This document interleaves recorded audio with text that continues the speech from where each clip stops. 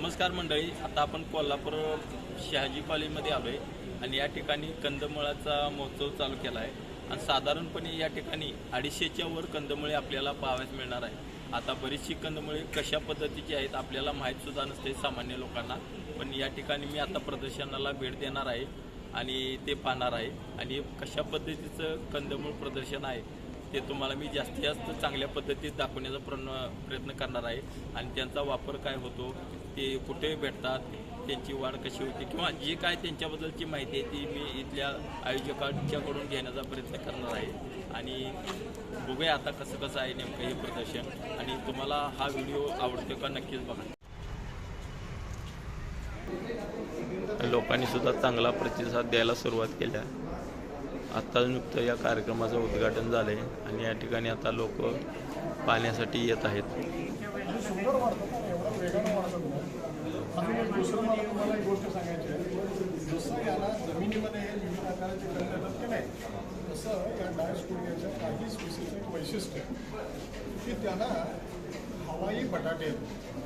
बघा मी काय म्हणतो, त्याला इंग्लिशमध्ये एअर पोटॅटो, त्याचं मराठीकरण असं हवाई बटाटे असतं. काय होतं, हा वेल आहे, तो वेल असं वाढायला लागला की त्याला बटाटे या पाण्याच्या एक्झिलमध्ये.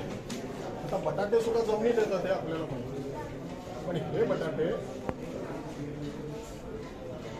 इथं कोणावर येतात बघा पाण्याच्या पेचक्यात, म्हणून हवाई बटाटे म्हणतात. आणि त्याचे सुद्धा आकार वेगवेगळे, आणि तो हवाई बटाटा समजा खाली जमिनीमध्ये पडला तर त्यालाही कोंब त्याच्यापासून म्हणजे निसर्गाला. हे म्हणजे एवढे प्रकार आहेत. पडलेल्या बटाट्याचा पण रूट असं होईल असंच म्हणा. पॅरेंट सारखं प्रत्येकाच्या व्हरायटी ज्या दिलेल्या आहेत मी ना, त्या व्हरायटीप्रमाणे त्याचे शेप हेच तर त्याचा आश्चर्यकारक होतं. हा पुढच्या वेळी कधीच बदलतो तसाच राहतो. त्याचं दुसरं एक वैशिष्ट्य, ते कापल्यानंतर आता थोडासा पिवसर वाढला आहे, पांढरं काही जांभळ्या रंगाचे. हे काय निसर्गाला केलं तर मी तुम्हाला जे सगळे डायस कुठे आला बरोबर, ते सगळे तेच आहे. हे बघा त्याला कोण द्यायचं, मग त्याचं वेळ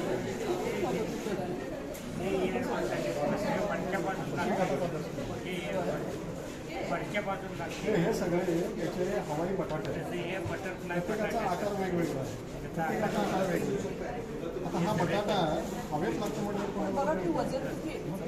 तेवढं पेळवण्याची किती आता मी आला तो जो सांगितलं ना त्याचे हे एअरपोर्ट आहे. आता दुसरा मी तुम्हाला जो दाखवणार आहे त्याचं नाव आहे डुक्कर कंद मॅडम. हे केस असताना बटर कंद हा एडिबल आहे ना, हा एडिबल आहे, औषधी आणि याचा आयुर्वेदामध्ये उल्लेख केला. आणि हे त्याचे सगळे मगाशी दाखवले त्याचे हवाई बटाटे आणि त्याच्यामध्येही फरक आहे. आणि हे बाकीचे जे आहेत मॅडम अजून एक तुम्हाला आठवत असं आपण कोल्हापूरमध्ये तिथून 15 जेवढे किंवा मोळाची भाजी होती माहिती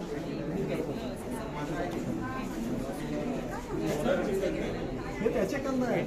तेच सांगितलं गमत बघा. आणि एक लक्षात घ्या, हे मी सगळे डायस कुरियाचे सांगितले ना, त्याला 2 प्रकारचे वेगळे, म्हणजे एक नर फुलाची आणि मादी फुलाची. आणि आम्ही ज्याची भाजी करून खातो तिथून 15 ज्याला आपण मोहर म्हणतो, त्या ठिकाणी शेंडवेल म्हणतात. तर गंमत अशी आहे, त्याची नर फुलं जी आहेत मेल फ्लावर आहे त्याची भाजी करते. ती भाजी खाऊन तुम्हाला बघितली असेल आणि त्याच्यामध्ये प्रोटीन कंटेंट भरपूर आहे. हे सगळे आहे बघा मॅडम, हे सगळ्या काळापासून अंड म्हणून वापरले जातात. अगदी आपल्या रामायणामध्ये महाभारतामध्ये यांचे उल्लेख आहेत. आधी मानवसुद्धा कंदमुळांचा वापर करतो. या सगळ्या कंदमुळांचा आम्हाला जो विसर पडलेला आहे त्याची सगळी माहिती जनतेला मिळावी याच्यासाठी आम्ही प्रदर्शन हे मोठं बनवलेलं आहे. दुसरा आमचा उद्देश असा आहे की या कंदमुळांची शेती शेतकऱ्यांनी करावी आणि त्या शेतीमधून एक नवीन उत्पन्न मिळवण्याचा त्यांनी प्रयत्न करावा, यासाठी आम्ही हे प्रदर्शन बनवलं. काय केलं अशी उपयोगी कंदमुळं कुठली येते त्याच्यामध्ये ते सांगितलं ना तुम्हाला. हा जो आहे डायस कुरिया आलाटा, कोराडू किंवा कोरांगो, आणि दुसरा आहे काटेकंद. याचं कोकणामध्ये अनेक घरांच्या परसामध्ये लावलेलं आहे. तर हे प्रामुख्यानं कोकणामध्ये 2 सर्वात महत्त्वाचे. याचं अन्न कोराडू गोराडू अशी नावं आहेत वेगवेगळी. डायस कुरिया आलाटा आणि दुसरा आहे काटे कणंग किंवा कणगा किंवा कणंग म्हणून.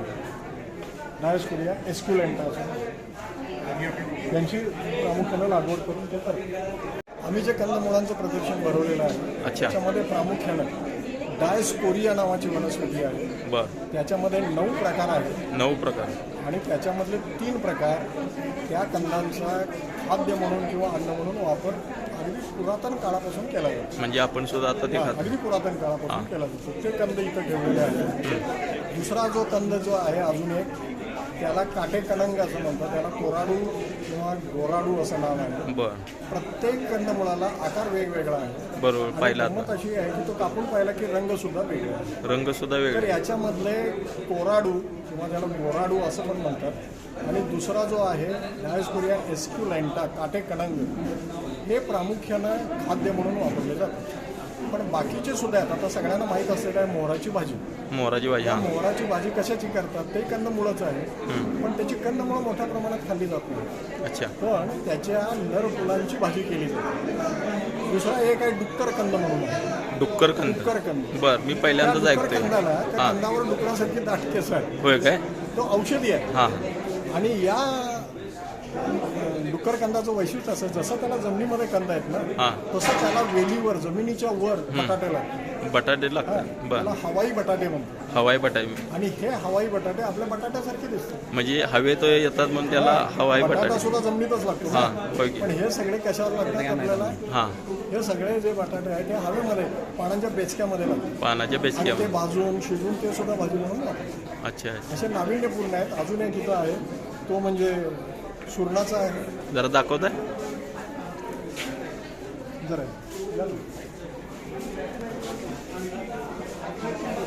इथं हे सगळे सुरणांचे प्रकार ठेवलेले आहेत. हां, हां. त्याला इंग्रजी नाव फार सुंदर आहे, एलिफंट फूट याम. एलिफंट. एलिफंट फूट याम. हां, हां, त्याचा आकार बघा ना, बघितलं आहे. हत्तीच्या पायासारखाच आहे. पायाचा. हां, तर हा सुद्धा भाजी म्हणून कोकणामध्ये मोठ्या प्रमाणामध्ये वापरतात. आपल्या लोकांना ते माहीत नाही. माहिती.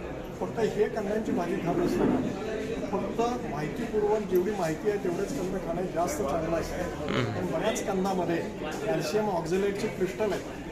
आळूसुद्धा आपल्याला माहीत आहे, जर त्याच्यामध्ये आपण हे टाकला नाही, चिंच टाकली नाही, आमसूळ टाकलं नाही, तर ते घशाला खासतात. तर ते सगळे या कुळामधलेच आहे. हे सगळे आळूचे वेगवेगळे प्रकार आहेत. हळू. आणि हे सगळे सुरणाचे प्रकार आहेत. आमच्या प्रदर्शनामध्ये ही सर्व मुख्य आकर्षणं आहेत. त्याच्यानंतर बटाट्यांचे अनेक वेगवेगळे प्रकार आहेत. हां, पुढं हळद पण पाहिलं मी. हळदीचे पण काय काय प्रकार या बटाट्यांचे ठिकाणी. वेगवेगळे प्रकार आहेत. कांद्यांचे वेगवेगळे कांदा. प्रकार आहेत. म्हणजे जे खातो आपण हे आपल्याला माहीत आहे, हां, पण याच्यामध्ये सुद्धा एवढे विविध प्रकार आहे याची माहिती नसते. तर लोकांना माहिती व्हावी याच्यासाठी आहे. आणि अजून एक त्याच्यामध्ये आम्ही केलेलं आहे की म्हणजे मेडिसिनल, म्हणजे ज्याला औषधी गुणधर्म आहेत अशी सुद्धा कंदमुळं आहेत. बरोबर. सगळ्यांना माहीत असलेलं शतावरी, शता.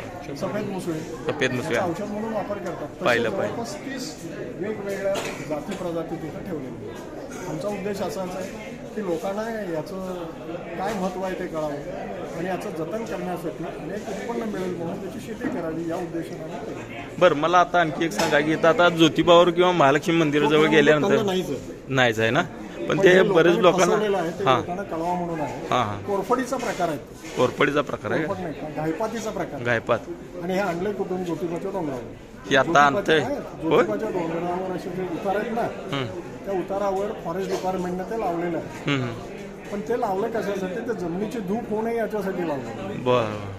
पण ह्या लोकांनी काय केलेलं आहे की त्याला तो कोणाला जसा आकार आला ना, वर सगळी पानं आहेत बघितलं, ते काढतात, ते सगळी पानं वरची काढून टाकतात, गुळगुळीत करतात, त्याप्रमाणे त्याला रंग लावतात. रंग लावतात. हां, बरोबर, पाहिलंय मी. हां, आणि ते जर जास्त प्रमाणामध्ये खाल्लं तर घशामध्ये खवखवतं. हां, म्हणून ते लोक काय करतात बघा, अगदी पातळ त्याचे हे. हां, पातळ साल काढतात आणि त्याला काहीतरी साखर वगैरे असं काहीतरी लावतात असं आणि समजा. त्याच्यामध्ये साखरेचा पाक करून त्याच्यात मिळवतो. हां, मग ते लोकांना असं वाटतं ना. खरोखरच. आणि लोक काय सांगतात, रामाच्या काळामध्ये हा कंद वापरतात. हां, हा सर्वात महत्त्वाचा की ही वनस्पती भारतीय नाही.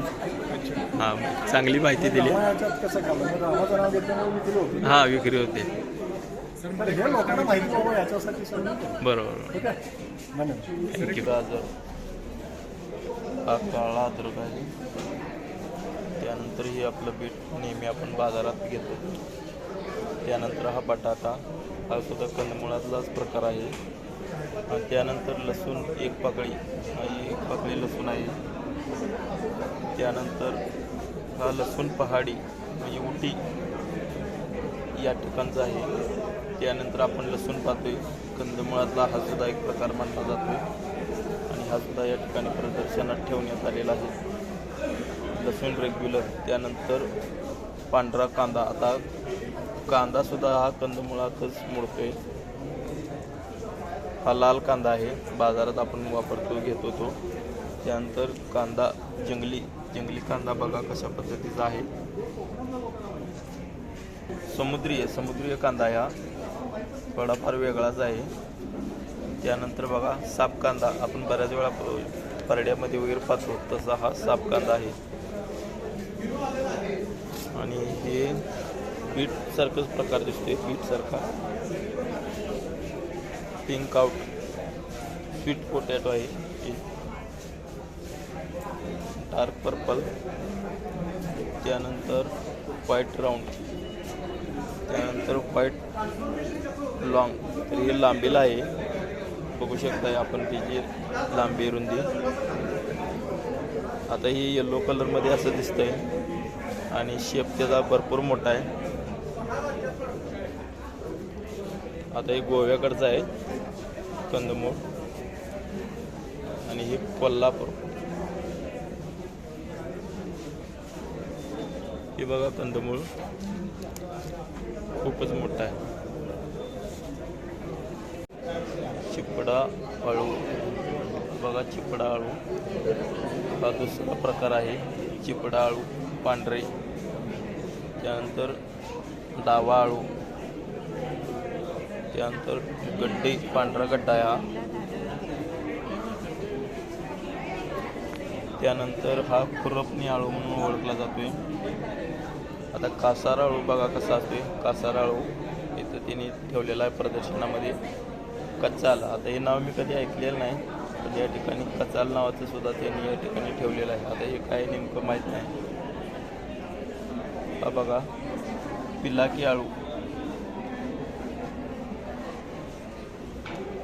त्यानंतर रुपाळ आळू, मुरबाड आळू हे आपल्या गावाकडे भेटतोय. मुरबाड आळू हा सुद्धा बघा कसा मस्त दिसायला. मोडली आळू हा तर खूपच मोठा आहे, हातभर लांब.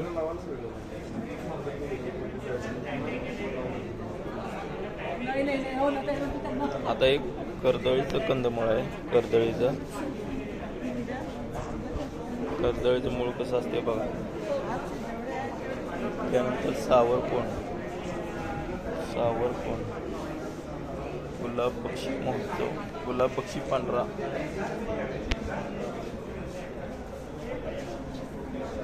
आता कुठला इथं काही दाखवलेलं नाही तर तरी पण तुम्हाला मी दाखवण्याचा प्रयत्न करतो. याला ते बारीक असे धागे आहेत बाहेर, सुतळीसारखं लांब आहे. गुलाब कवली सोनटक्का.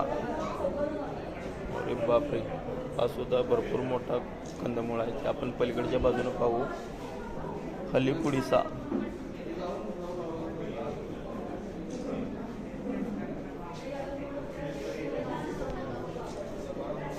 डिस्कोरिया स्पिसेस.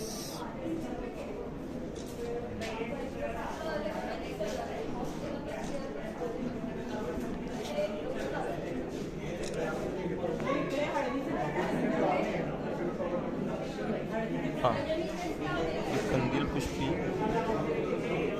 त्यानंतर हा शिंगाडा, काळा शिंगाडा म्हणून ओळखला जातो हा. आणि ही शतावरी बघा, शतावरीची मुळं अशा पद्धती असतात जी अनेक औषधासाठी वापरली जातात. त्यानंतर शाबूचा कंद. हा बघा शाबूचा कंद, म्हणजे ज्यापासून शाबू बनवली जाते त्याचा हा कंद आहे. त्यानंतर पाम पोटॅटो, मानोकंद. त्यानंतर कडवं चिकन, आकाश गरुडा. त्यानंतर केशरकंद.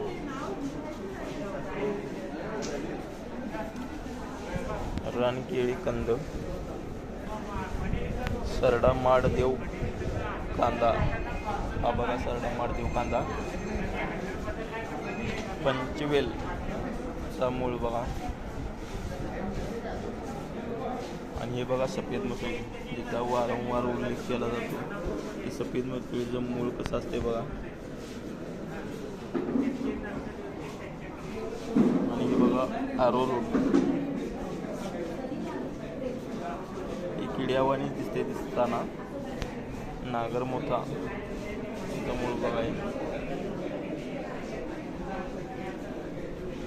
कोबंड नक्की, त्यानंतर इन्सुलिन प्लांट, हा बघा इन्सुलिन प्लांट,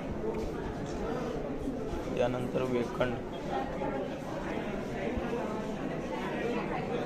आता हा बघा हा माईनमळा जो आपण खातो, याचं लोणचं केलं जातं, तर हा माईनमळा.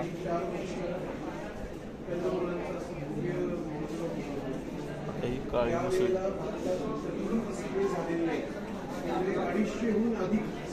आणि हा पोहळा, त्यानंतर पेव किंवा पेनवा, हा रामकंद बघा, आपण म्हणायचो की ते 80 वर्ष जगले, 90 वर्ष जगले. हे सगळं जे त्यांच्याकडची संस्कृती जो ठेवा आहे तो येणाऱ्या पिढ्यांपर्यंत हा रामकंद जो आपण खातो, ज्योतिबा मंदिर किंवा प्रदर्शन इथे भरवलेलं आहे. शहाजी कॉलेजमध्ये आज 14 आणि उद्या 15 मार्च रोजी आपण हे प्रदर्शन भरवलेलं आहे. फुलिंजा, सर्व नागरिकांना कळकळीची विनंती आहे की येणाऱ्या तुमच्या पिढ्या सुदृढ करण्यासाठी, त्यांना सबळ करण्यासाठी चिपडाळूचा हा छान माहिती घ्या.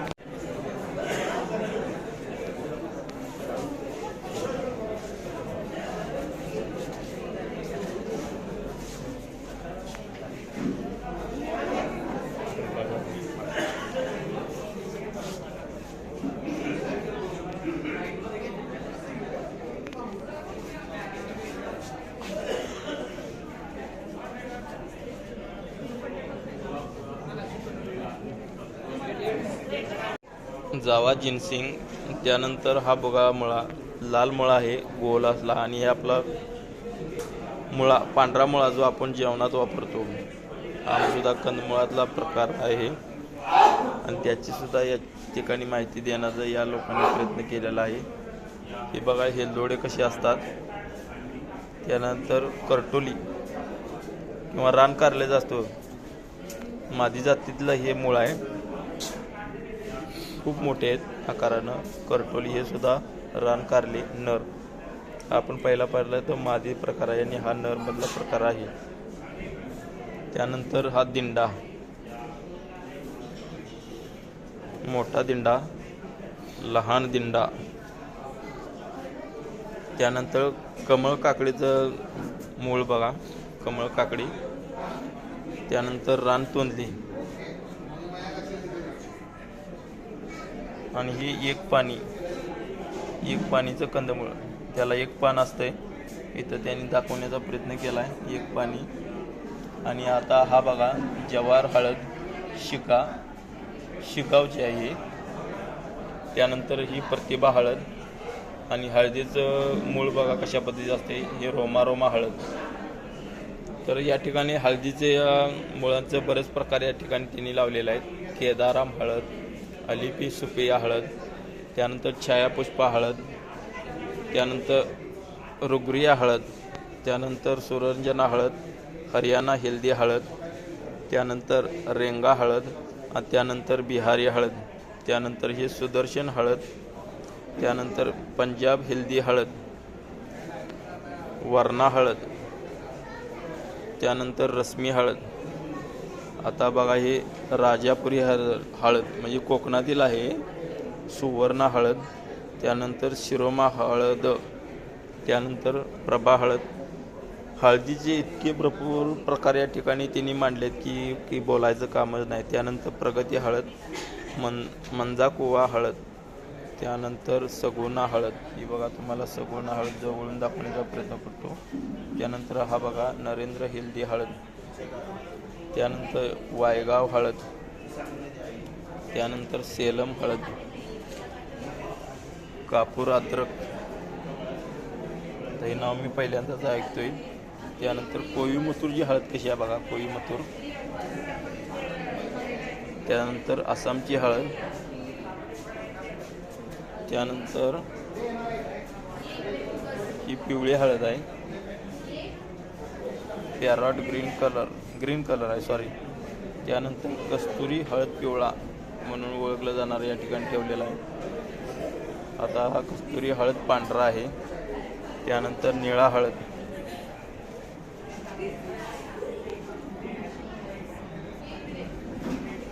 आंबे हळद केशरी, त्यानंतर आंबे हळद पांढरा,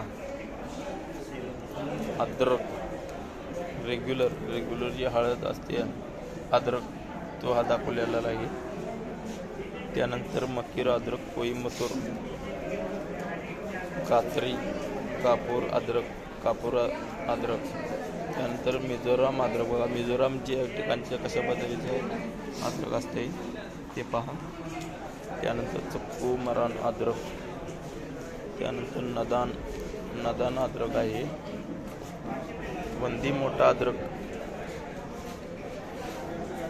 अद्रकची सुद्धा या ठिकाणी अनेक प्रकार या ठिकाणी त्यांनी दाखवण्याचा प्रयत्न केला आहे. हिमाचल अद्रक, त्यानंतर ब्राझील अद्रक आणि त्यानंतर उवे मंगलोर पिवळा हळद बघा.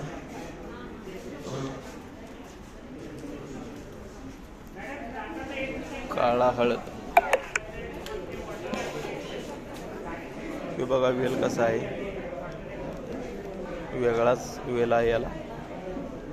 बटाटा मैसूर आणि हा आपला गाजर. तर अशा पद्धतीने त्यांनी या ठिकाणी कंदमुळाचे अनेक स्टॉल लावले. त्यापैकी या ठिकाणी अशी बरेच मुळांचे प्रकार या ठिकाणी त्यांनी मांडलेले आहेत.